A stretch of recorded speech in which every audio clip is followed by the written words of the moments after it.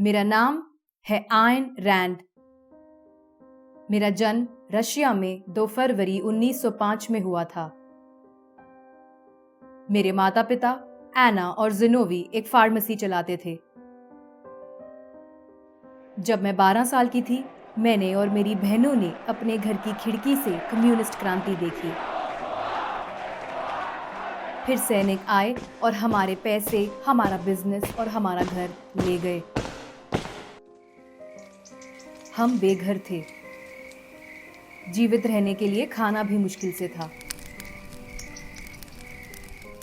लेकिन फिर भी सिनेमा था और स्क्रीन पर मैंने एक बेहतर दुनिया की दृष्टि देखी। अमेरिका एक ऐसी जगह थी जहां मुझे एक व्यक्ति के रूप में माना जा सकता था, एक ऐसी जगह जहां मैं अपने सपनों को साकार कर सकती थी। तो मैं चल पड़ी।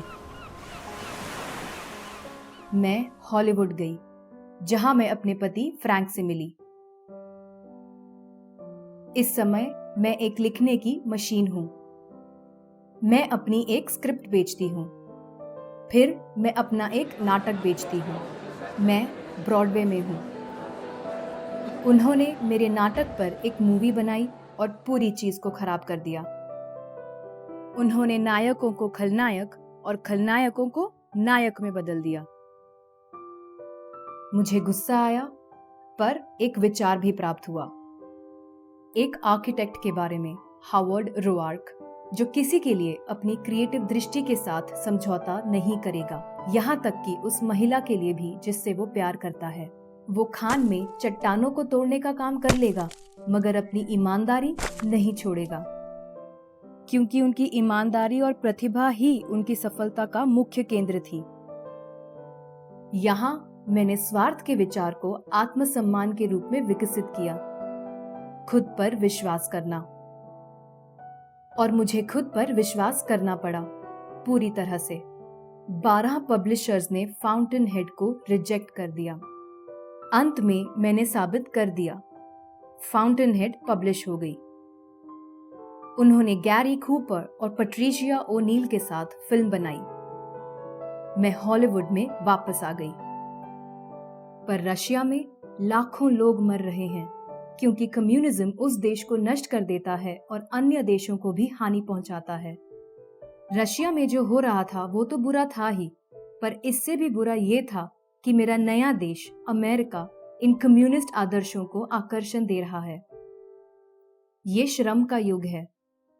मजदूरों को हड़ताल पर जाने के लिए संगठित किया जा रहा था। पर क्या हो अगर व्यापार शुरू करने वाले, इलाज का आविष्कार करने वाले, संगीत की रचना करने वाले हड़ताल पर चले जाएं? यह है विचार एटलस श्रग्ड का। एटलस श्रग्ड में मैंने एक भयानक भविष्य के बारे में लिखा है कि जिन मूल्यों और राजनीति ने रशिया को एक कम्युनिस्ट नर्क और जर्मनी को एक भयानक नाजी ख्वाब में बदल दिया, वो अमेरिका में बढ़ रही थी। मेरी हीरोइन थी डैग्नी टैगर्ट। उन्होंने एक रेल चलाई। भले ही वो एक महिला थी और सबने कहा था कि वो ऐसा नहीं कर पाएंगी। डैग्नी की तरह मुझे अपने जीवन से और अपने काम से प्यार था। मेरा एक मिशन था, एक विजन प्रस्तुत करने का, जिसमें पुरुषें और महिलाएं कोई मजबूर नीच जीव के रूप में नहीं, किसी समूह, जाति, धर्म या वर्ग के सदस्यों के रूप में नहीं, पर एक समझदार व्यक्ति के रूप में। एक ऐसी दुनिया जिसमें हर व्यक्ति अपने जीवन को अपनी शर्तों पर जीने और प्यार करने के लिए स्वतंत्र है। उपलब्धि, गरिमा, सम्मान, ईमानदारी और प्यार से भरा समाज। मैंने ये जीवन जिया। मैंने अपने सपने साकार किए। क्या आप अपने सपने साकार करेंगे?